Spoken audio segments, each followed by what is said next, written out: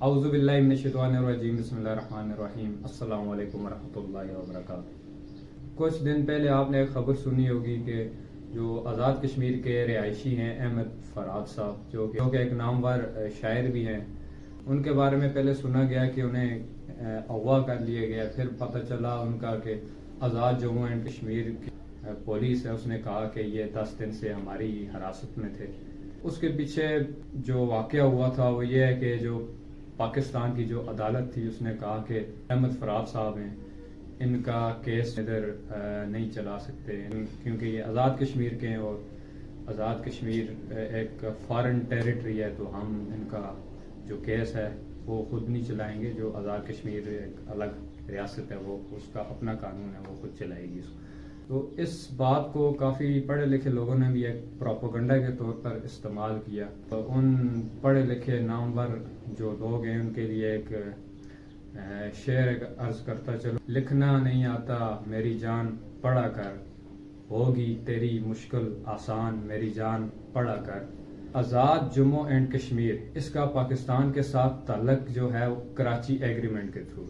اب کراچی ایگریمنٹ وہ George Bush, Joe Biden, Donald Trump نے آ کے سائن نہیں کیا، وہ آزاد کشمیر کے جو لیڈر تھے اس وقت سردار ابراہیم صاحب، ان کے وہاں سگنیچر موجود ہیں۔ انہوں نے خود جا کے آزاد کشمیر کے ایک باشندے نے جا کے وہ کراچی ایگریمنٹ سائن کیے۔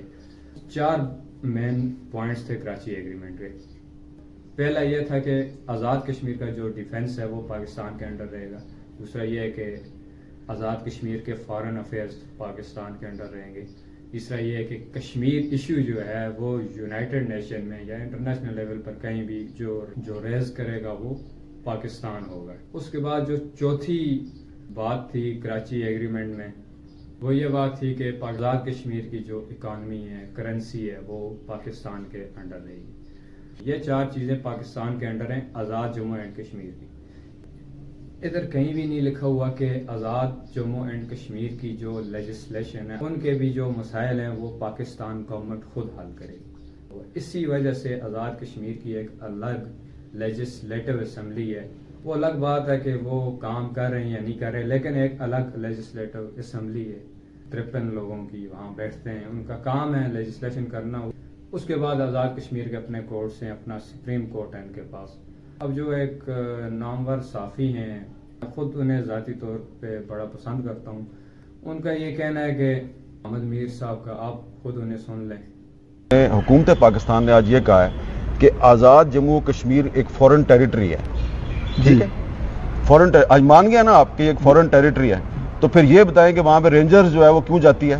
اور کہ حکومت نے وہاں پہ موقف لے لیا اسلام آباد ہائی کورٹ میں کہ کشمیر تو ہماری ٹیریٹری نہیں ہے، وہ دوسرا ملک ہے، اس کا اپنا آئین اور اس کی اپنی عدالتیں ہیں، وہاں تو ہم کچھ کر نہیں سکتے۔ تو اس پہ حامد میر صاحب نے ایک سوال اٹھایا، انہوں نے کہا جی اگر کشمیر دوسرا ملک ہے تو ان کا وزیر اعظم کہہ رہا ہے ہم نے تو رینجرز مانگی نہیں تھی، تو پھر وہاں رینجرز دوسرے ملک میں بھیجنے کا فیصلہ کس نے کیا؟ اب اس میں حامد میر صاحب کہہ رہے ہیں کہ پاکستان نے آفیشلی یہ ڈکلیئر کر دیا ہے کہ بھائی یہ جو آزاد جموں اینڈ کشمیر ہے، یہ جو فارن ٹیریٹری ہے، یہ پاکستان کے ساتھ اس کا کوئی تعلق نہیں۔ اب سب سے پہلے کراچی ایگریمنٹ کے تھرو ہی ہمیں پتہ چل جاتا ہے کہ بھائی آزاد کشمیر کی یہ جو لیجسلیشن ہے، آزاد کشمیر کے یہ جو کورٹس ہیں، یہ پاکستان کے انڈر نہیں ہے، انہیں ایک الگ سٹیٹس دیا گیا ہے۔ وہ الگ بات ہے یہ کام کر رہے ہیں یا نہیں کر رہے، لیکن انہیں آفیشلی یہ سٹیٹس دیا گیا ہے کہ بھائی آپ اپنا جو فیصلہ ہے وہ خود کریں گے اپنی۔ اس کے بعد جو سپریم کورٹ ہے، باقی جو کورٹس ہیں وہ آزاد ہیں، وہ خود اپنی یہ جو ریاست آزاد کشمیر اس کے انڈر یہ ورک کریں گے۔ اب اس بات سے ہمیں پتہ چل جاتا ہے کہ بھائی پاکستان کا ڈائریکٹ کوئی انٹرفیئرنس ہے ہی نہیں ہے۔ اور دوسری بات آ جاتی ہے پاکستان کے کانسٹیٹیوشن کا آرٹیکل 257۔ اب مسئلہ یہ ہے کہ کچھ لوگوں کو پتہ ہی نہیں ہے کہ پاکستان کا کشمیر کو لے کے سٹانس کیا ہے، انڈیا کا کیا ہے۔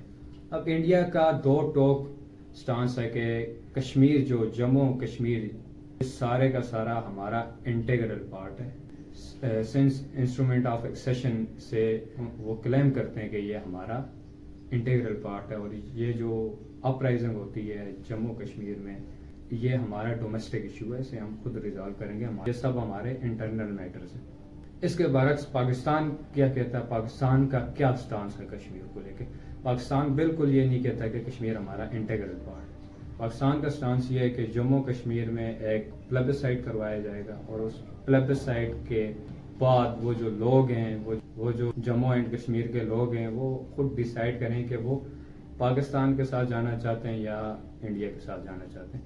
اب پاکستان کے کانسٹیٹیوشن کے آرٹیکل 257 سے ہمیں پتہ چل جاتا ہے کہ یہ جو آزاد جموں اینڈ کشمیر ہے، یہ ہمارا کوئی انٹیگرل پارٹ نہیں ہے، یہ ایک ڈسپیوٹڈ ٹیریٹری ہے پاکستان اور انڈیا کے درمیان میں۔ اب پاکستان کا یہ سٹانس ہے ہی نہیں ہے کہ یہ شروع سے ہی نہیں ہے کہ یہ ہمارا کوئی انٹیگرل پارٹ ہے، یہ کہتے ہیں یہ ڈسپیوٹڈ ٹیریٹری ہے۔